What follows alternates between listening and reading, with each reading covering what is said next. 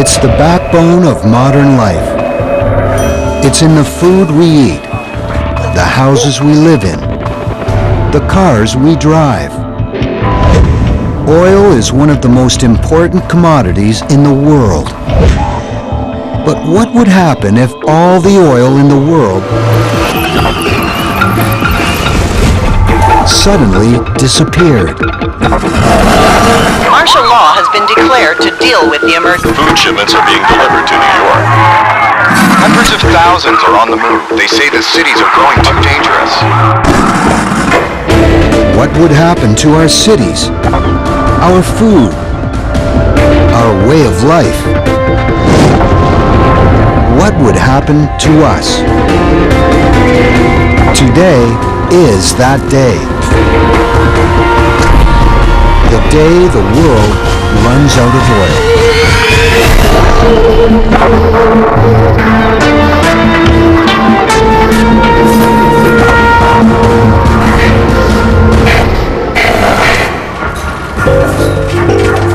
Oil. For 150 years, we've been extracting it from the ground. An economical, versatile fuel that has made the modern world possible. In California, the Kern River oil field is a black underground pool containing more than 500 million barrels of oil. By itself, it could fuel America for 4 weeks. But in 1 minute, it's all going to disappear. The same is about to be true all over the world. From Saudi Arabia to the North Sea, to the massive tar sands of Alberta, Canada, the oil that drives our cars, flies our planes, and powers our factories, all of the oil that remains underground or trapped in the earth, is about to vanish.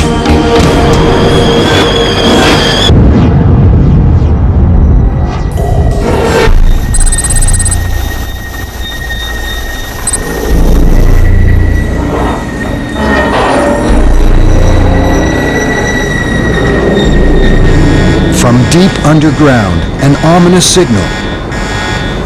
There's something going on. I gotta go. Yeah, come on. We've extracted more than 1 trillion barrels of oil from the earth. About the same amount is supposed to be left. What's going on? I have no idea what's going on. Yesterday, this single refinery processed 300,000 barrels of oil. But suddenly, there's nothing.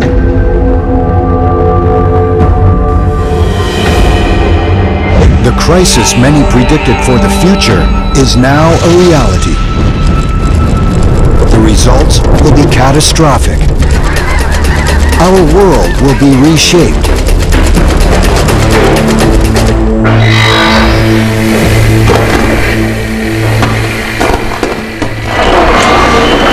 Estimates of 1 trillion barrels of accessible untapped oil, but scientists are now confirming that it's all gone. Around the world, from Saudi Arabia to Alaska, the oil below the ground has disappeared.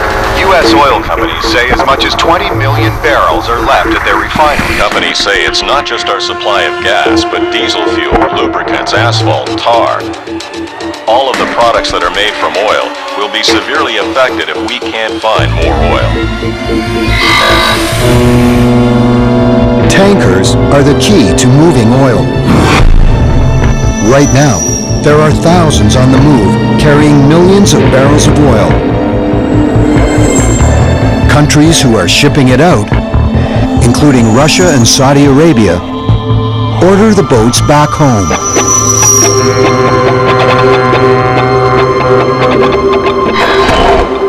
It's a huge blow to the United States. The country imports more oil than any other in the world. Every day, the United States produces more than 8 million barrels of oil, but it consumes more than twice that.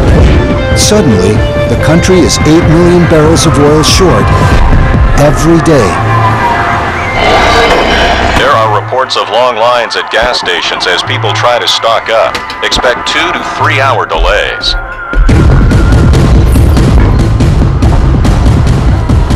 It's the last chance, perhaps ever, for people to fill up their cars.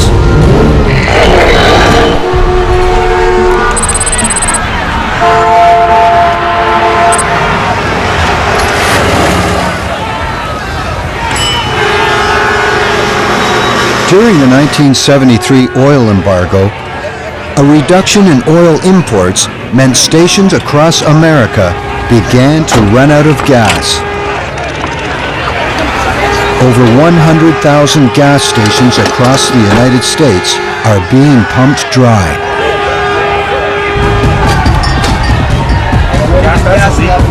The same is true at others around the world. The price for what remains has skyrocketed. Many countries do have oil in reserve. The United States alone has 725 million barrels of crude hidden away. To protect the precious oil that remains, the government takes dramatic steps. Planes, trains, boats. All of them run on fuel that comes from oil. All but the most vital transportation is shut down. Tracks are empty. Flights are grounded.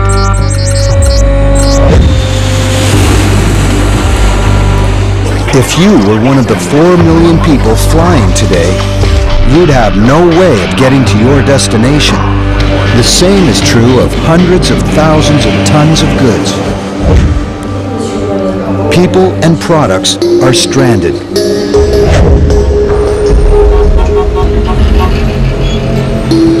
The economic fallout is swift. Uncertainty, like the panic that followed the terrorist attacks on 9/11, forced the U.S. government to halt stock trading. More than $2 trillion worth of oil stock are now worthless.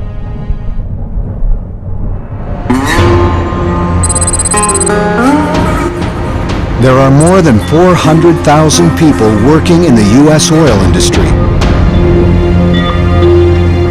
Go ahead to Mexico. Sure. All right. Now, their jobs have vanished. All right, let's move. They try to get home any way they can.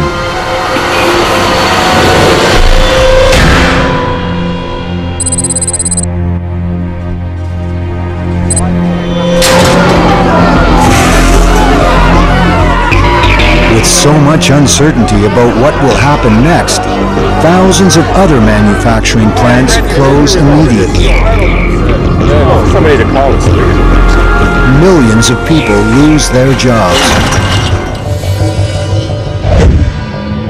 For both business and personal needs, America used the equivalent of 10 supertankers filled with oil every single day. This steel plant alone burned through 1,000 barrels of oil a day. But now there's no oil to fuel the furnaces, no raw materials to turn into steel. Without steel, there's no new construction, no cars, and it's not just steel. Oil is one of the most powerful, versatile fuels on the planet.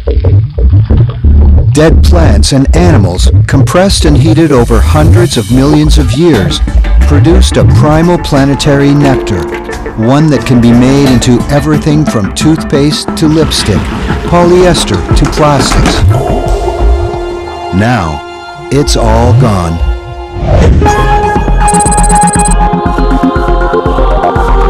An enormous chain reaction is set in motion. What's your name? Need a bed in your stat? Let's get him on the... The lack of oil will soon cripple every part of our lives. Our hospitals, our food, our power. And the crisis is just beginning.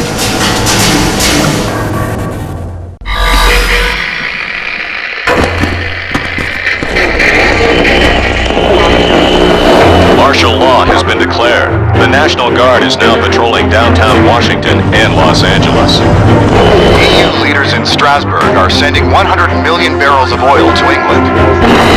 Stock markets from Tokyo to New York remain closed. Unemployment is over 30%. It's just 5 days since the end of oil. Around the globe, we can't meet our most basic demands.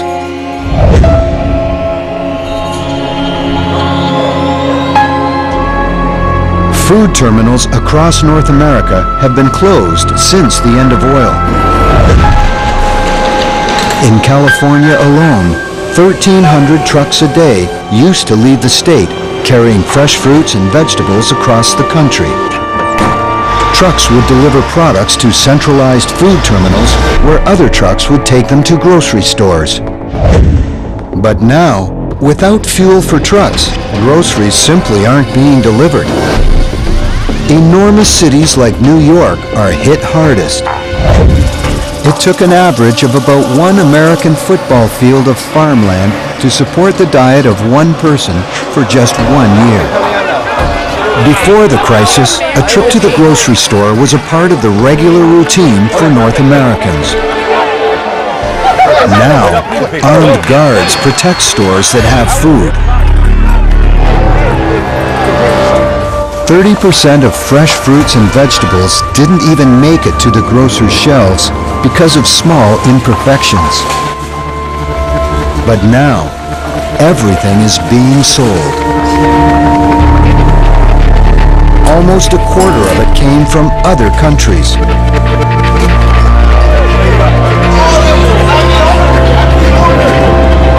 But that was 5 days ago. Now, food is disappearing.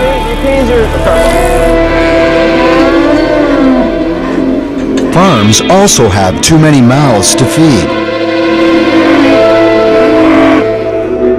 Every day, an adult cow eats 45 kilograms of feed. A pig eats 3.5 kilograms. Now, there's no more food arriving. These animals are facing starvation.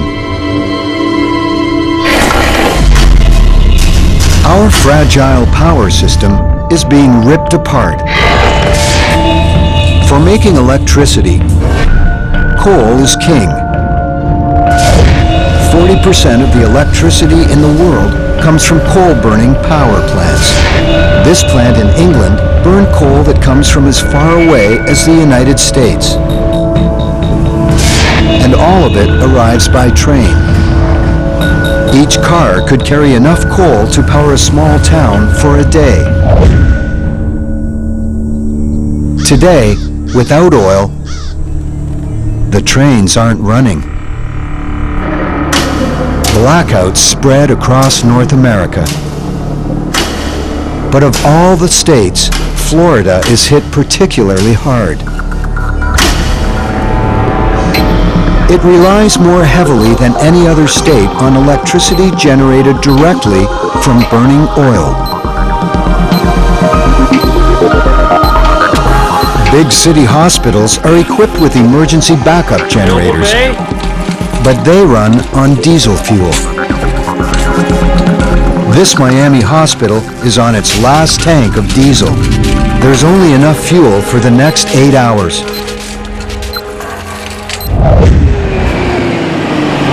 The dark nights hide a changing world.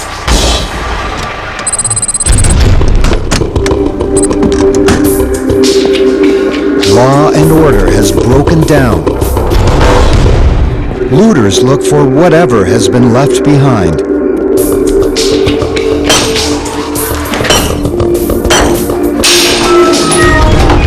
People are desperate, but they're not always looking for food.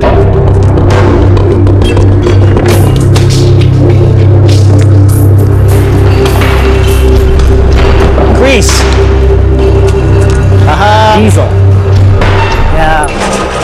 Diesel engines will run on cooking oil, new and used. And diesel engines are 30% more efficient than gas. In an average car, it takes just 7 liters to travel 100 kilometers. As long as there's enough cooking oil, this truck and any other diesel-powered vehicle can stay on the road. Okay, I think we're almost.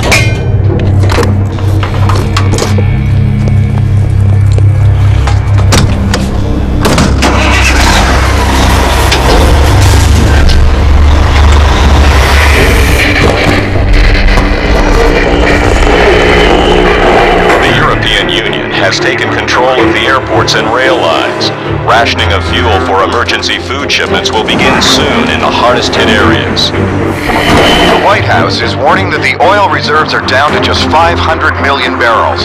Experts predict that the United States may run out by the end of the year. It's been 30 days since the world's oil disappeared. Governments around the globe are taking dramatic action. Essential services are protected. Emergency oil reserves are turned into diesel fuel for trains. Coal is being delivered to power plants again. Some basic electrical services are restored in countries around the world. But in North America, electricity is delivered through a system of isolated power grids. It can't be sent from grid to grid. In Florida, where much of the state's power comes directly from oil, blackouts are still widespread.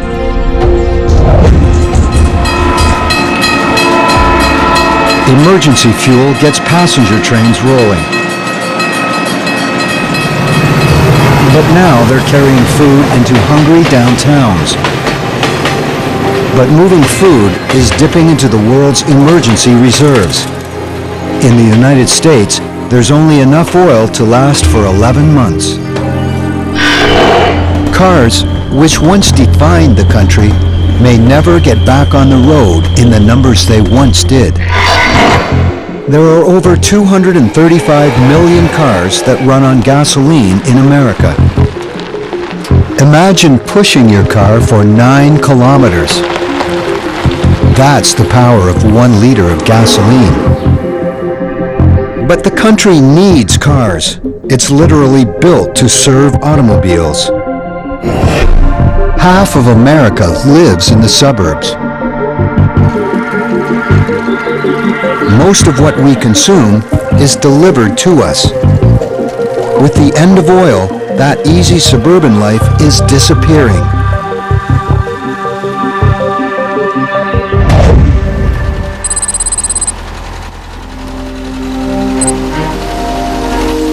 A country built for cars is desperate for alternatives. In the American Midwest, 400,000 farmers are planting a new crop. Once filled with fruit and vegetables, these fields are now growing soybeans. Oil can be extracted from the plant and turned into diesel fuel. There is another option. Corn can be made into ethanol, a fuel alternative for gas-powered cars. 600,000 square kilometers of land is now devoted to growing corn for fuel.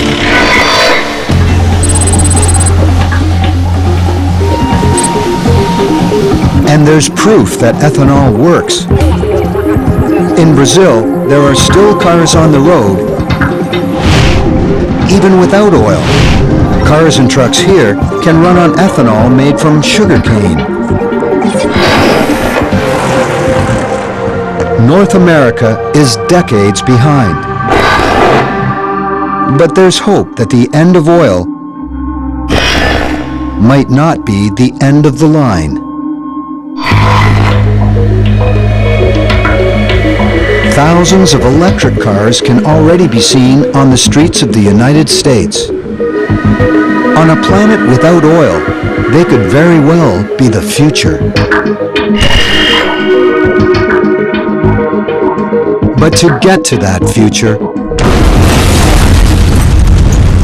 the world is going to suffer through a dark, dangerous winter.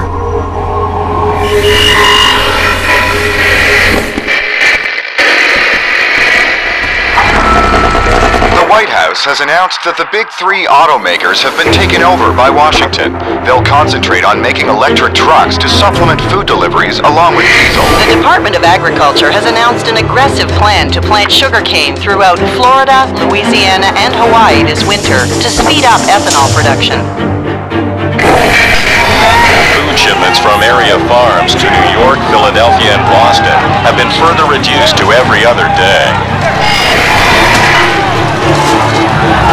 It's been 5 months since the end of oil. In big cities throughout America, food terminals have closed. Long lines form at train stations.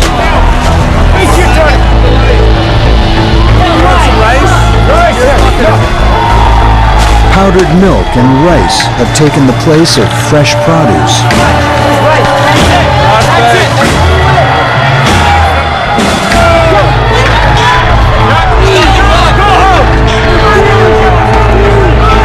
But hungry cities don't have enough to eat. Food shipments, coal deliveries, fire trucks, and other essential services all are still getting fuel from emergency supplies. But almost everything else is at a standstill. To make the final barrels in reserve last as long as possible, the United States has further reduced its oil use.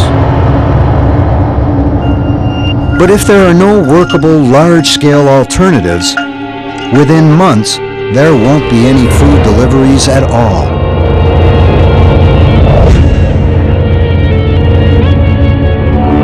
While food is being brought in, garbage isn't being taken away. Every year, it takes nearly 6,000 trucks burning 75 million liters of diesel to get rid of New York's garbage. In this new world, garbage cleanup is a luxury. Even with isolated cities, growing hunger, and a looming winter, North America is luckier than most.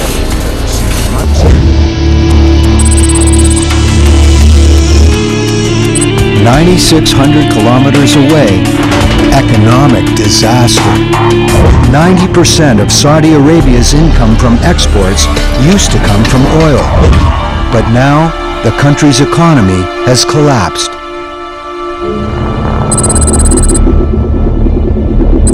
This is one of the last food shipments to Japan. The country used to import 60% of its nutritional needs.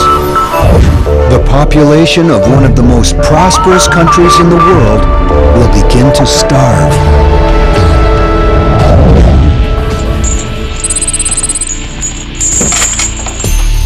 With supplies of fuel so desperately low, people aren't waiting for governments to find answers.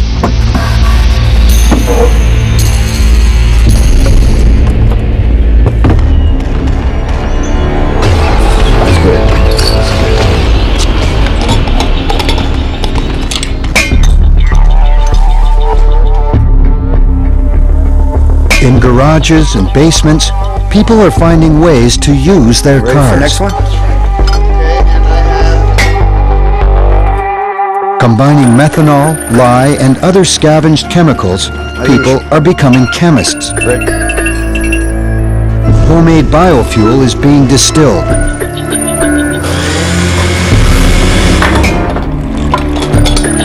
I think this one's ready. It's dangerous, but if it works, it will give those with the right materials a way to travel, to leave the cities if they need to.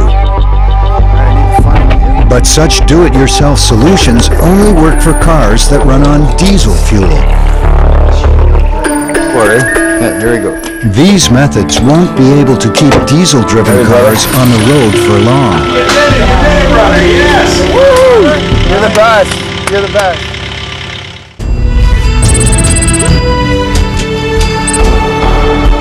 All of the easy fuel alternatives are facing serious hurdles. After a massive emergency planting, the soybean harvest in North America is twice as big as the year before. Almost 2 billion liters of biodiesel have been produced. But that's still less than 1% of the diesel North Americans used each year before oil disappeared. And there won't be any more shipments until next harvest. Corn used for ethanol is also seasonal. In the last 5 months, more fuel from corn was produced than ever before. But governments around the world face a brutal choice.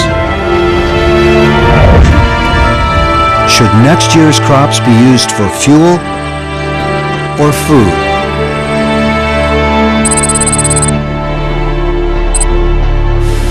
Hunger isn't the only problem.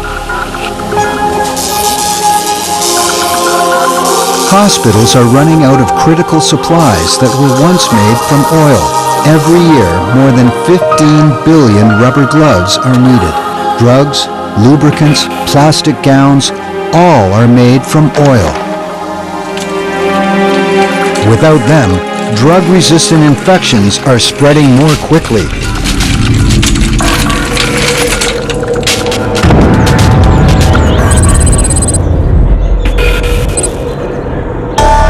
Even with crumbling healthcare, some people are still surviving in the cities.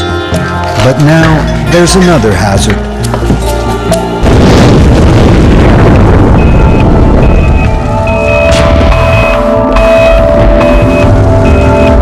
Every year in New York, there are major electrical transformer fires. But now when it happens, an inconvenience becomes a disaster.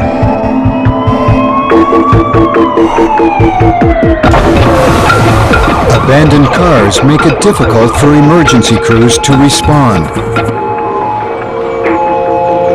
To make things worse, winter's coming. Put in all your winters. Throughout the Northern Hemisphere, people have to make a decision. Stay in the hungry, dangerous cities, or get out.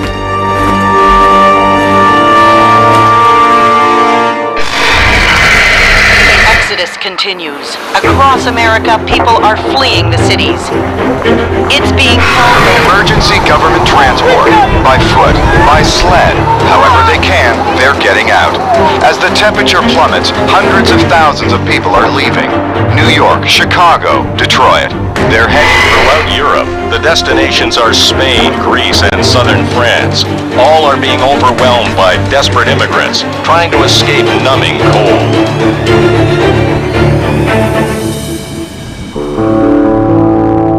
In the cities that are left behind, millions of cars. Even the vehicles that were working on cooking oil are abandoned. In cold weather, the oil becomes thick and sludgy. The fuel lines and engines clog. No people, no fuel, no food. Northern cities become islands of concrete and glass, cut off by the snow.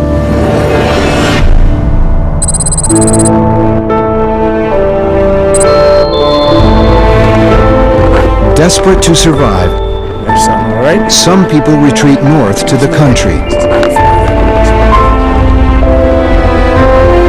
They bring whatever they've been able to carry. 2 cans of sliced carrots. Non-perishable food to get them through the cold weather. But they'll only be able to eat what they've brought. Or what they can hunt and trap.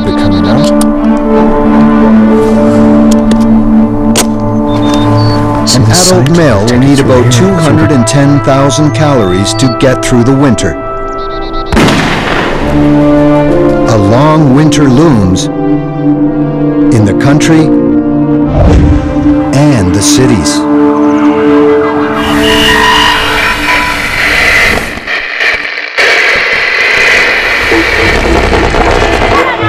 It's It's a famine worse than the mid-1980s when 1 million died. Experts believe the death toll could reach 20 million. The government has announced the emergency oil reserves have fallen to less than 250 million barrels.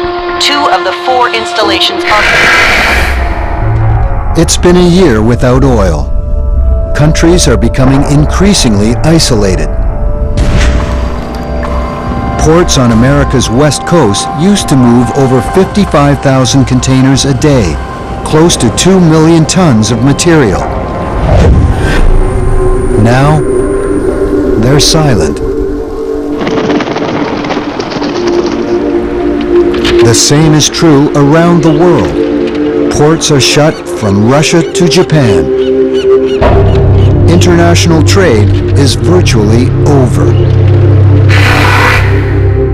Gas-powered cars, echoes of a bygone era, sit undelivered. The world's military has lost its power. In the United States, the Department of Defense used to be the largest single consumer of fuel, spending nearly $180 billion a year. Now, many tanks and planes have been abandoned. They're simply too expensive to run.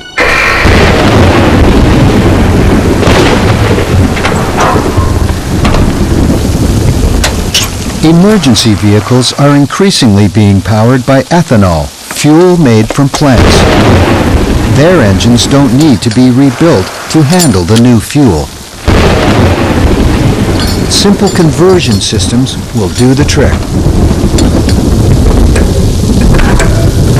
Let's go!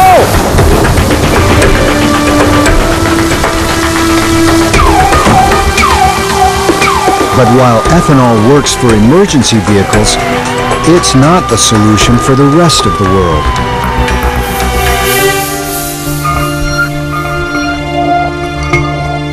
Governments around the world have largely abandoned ethanol. The United States turned a record 40% of its corn crop into the food-based fuel. But that hardly put a dent in demand, and it meant corn was taken from a hungry country.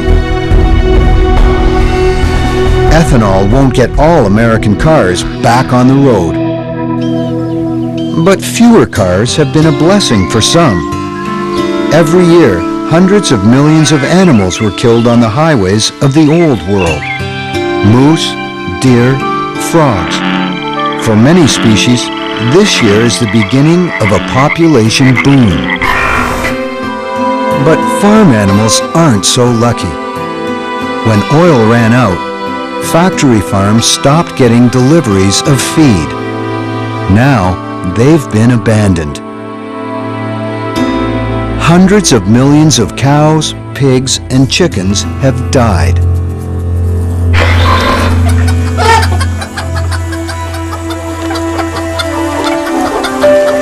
In the country, the future looks increasingly like the past. Show me what you got.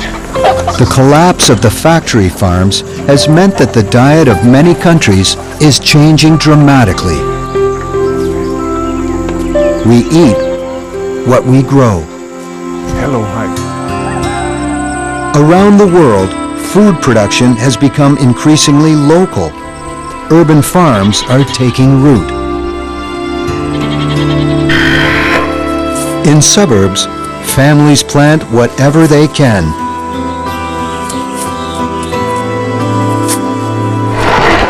A Category 5 hurricane has devastated Miami. Thousands are feared dead. When Katrina smashed into New Orleans in 2005, the cleanup continued for years. But in Miami, there's no fuel to rebuild. It's not the only challenge facing the big cities.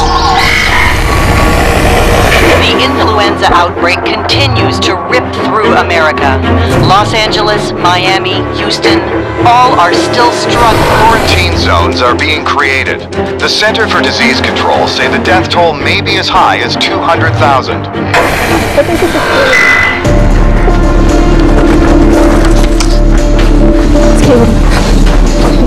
Hospitals are more difficult to reach and more urgently needed than ever. Come on, Ian. People who have saved gasoline for just such an emergency get a shock.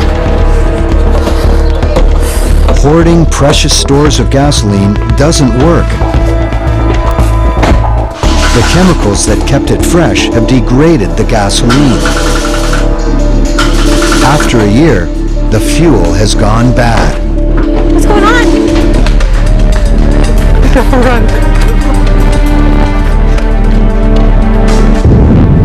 A world that was once so closely connected is falling apart.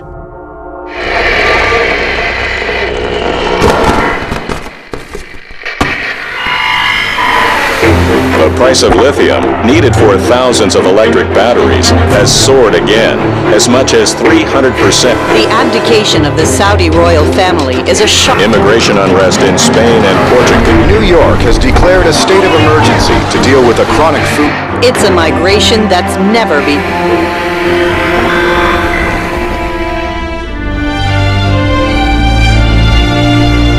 It's been 10 years since the world's supply of oil disappeared. Now, even out in space, things are changing. The oil that once helped send rockets into orbit is too precious to waste. Almost 200 satellites were once the backbone of our international communication systems. Now they're not being replaced.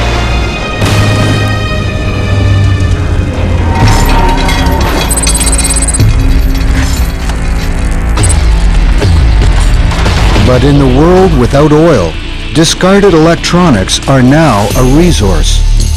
Hey, Dad, look what I found. Hey, look, cell phone. What was once thrown away has tremendous value.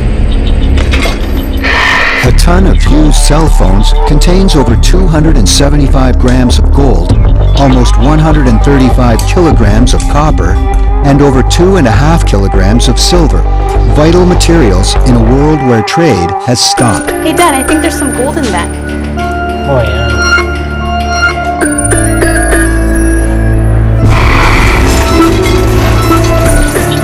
It's not just electronics.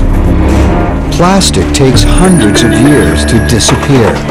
Bottles and containers that were once discarded are now being recovered and reused. People are recycling like never before, on both a small and large scale.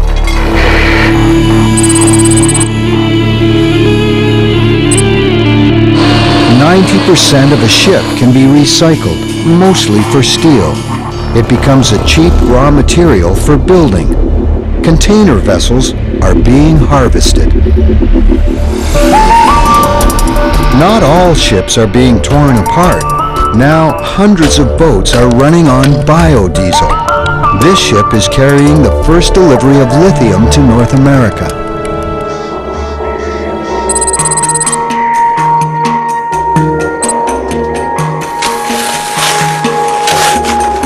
The lithium comes from Bolivia, where it is being mined from the country's salt flats by the ton. Lithium is the main ingredient in the most efficient electric batteries, and the world is hungry for electric alternatives. Bolivia's industry is booming. On a planet without oil, Bolivia is a superpower, the Saudi Arabia of the New World. But for now, there isn't enough biofuel to completely restore world trade. However, another alternative is being aggressively pursued. Algae can be processed into oil, producing over 7,000 times more energy per square kilometer than other biofuels. And it's completely renewable, requiring very little fertilizer. 10 years after oil, 38 billion liters of biofuel made from algae are in use. But for now, there's not enough biofuel to get us back in the air. commercial flying for cargo and for passengers is still far too expensive. 34 million passengers used to come through this airport every year. Other transportation is bringing much-needed supplies to the world's hospitals. Some 2 million cargo trucks are back on the road. They bring hospitals supplies. They carry gloves, syringes, and tubing, all of it made from natural gas. Hospitals are now cleaner, safer. It's an important step forward for the cities. Inside and out, the modern home has gone through a revolution.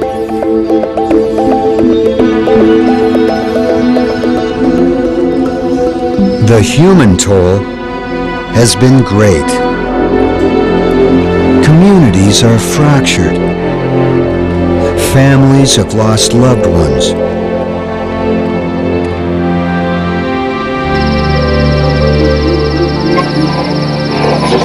Experts warn that the levels of natural gas are dropping, and there are also warnings that we're rapidly consuming the global coal reserves. The coal... It's better. Yeah. In a decade without oil, the world is still struggling to find a new balance, and the lack of oil will continue to change the face of the planet.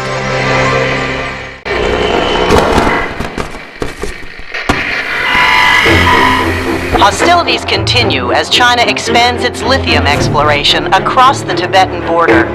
Estimates are that as much as 400,000 tons... Annual census shows that LA continues to be the country's largest city, with some 20 million people in Los Angeles.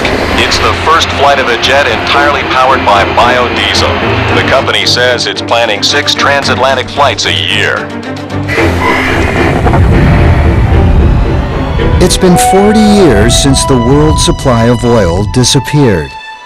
The skies over this new world are noticeably cleaner.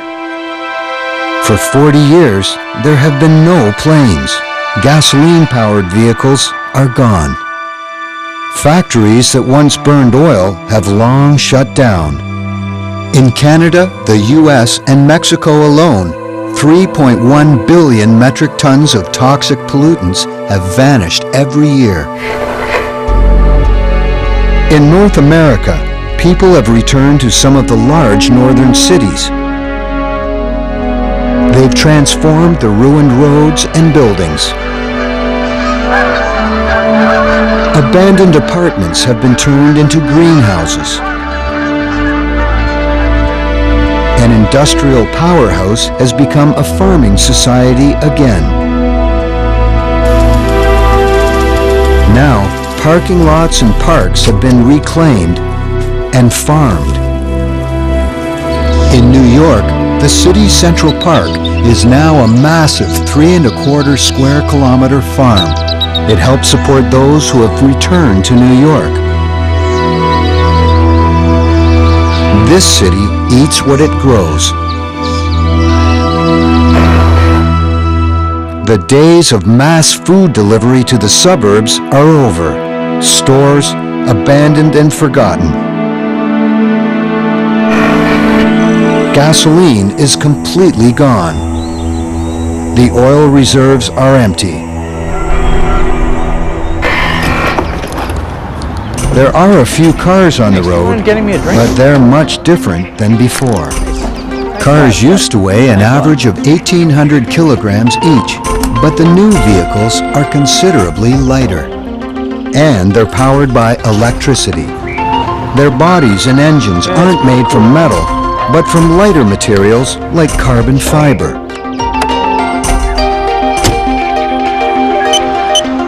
Help me, man. Oh, it's right there. But these vehicles are expensive. The lithium to power their batteries is still in limited supply. To get large fleets of container ships and trucks moving again, the world has turned to biofuel. made from algae. In North America, huge bioreactors have been built. 39,000 square kilometers of algae are producing all of the fuel the country needs. Once it's processed, it's pumped through pipelines once used to move oil around the world. Increasingly, electricity is driving transportation. Electric trains are linking people around the planet.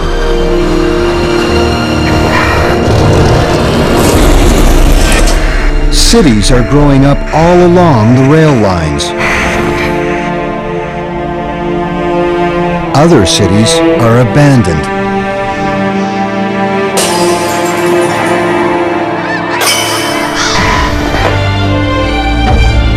Oil fueled an enormous boom around the world. In just 150 years, it allowed the world's population to double, then triple.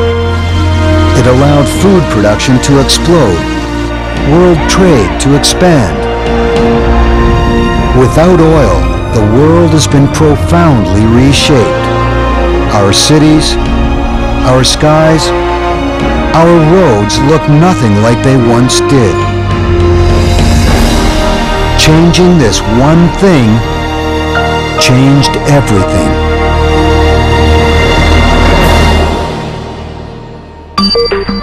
Can you imagine a world in the wake of an aging sun? Aftermath, the 1 week awakening, continues tomorrow with Betrayed by the Sun.